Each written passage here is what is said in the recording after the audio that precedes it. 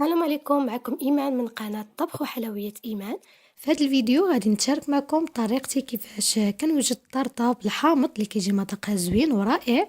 وكيف ما كنعرفوا هذه هي الوقيته ديال الحامض، خاصنا نستغلوه وخلاص كيجي زوين في هذه الانواع ديال لي طارت. الا بغيتو تعرفوا على المقادير والطريقه بقاو معايا حتى لاخر الفيديو.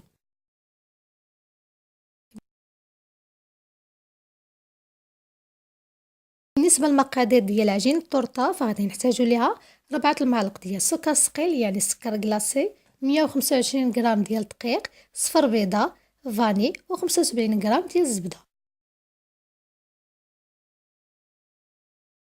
وبالنسبه للطريقه غادي ناخدو الدقيق ونزيدو عليه السكر كلاصي والزبده والفاني ونحاولوا نرملوهم شويه بيدينا.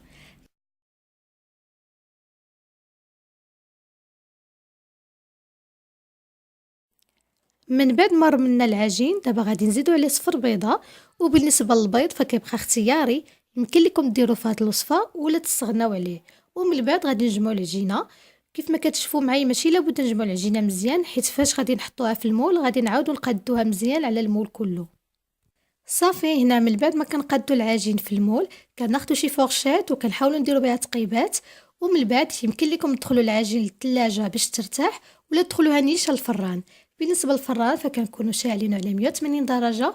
وبالنسبه للمده ديال الطهي فكتاخد العجين بين 12 حتى 15 دقيقه. بالنسبه للون ديالها فكيكون غير شويه ذهبي حيت مازال غنعاودو ندخلوها الفران عاوتاني باش تكمل الطياب.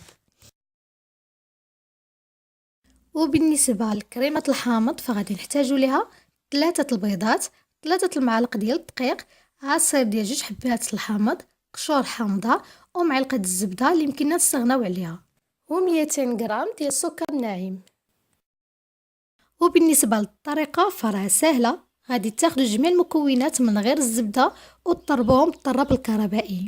من بعد غادي تزيدو ديك الزبدة اللي كيف ما قلت لكم كتبقى اختيارية، يمكن لكم ديروها ولا تستغناو عليها وتكملوا في التضراب.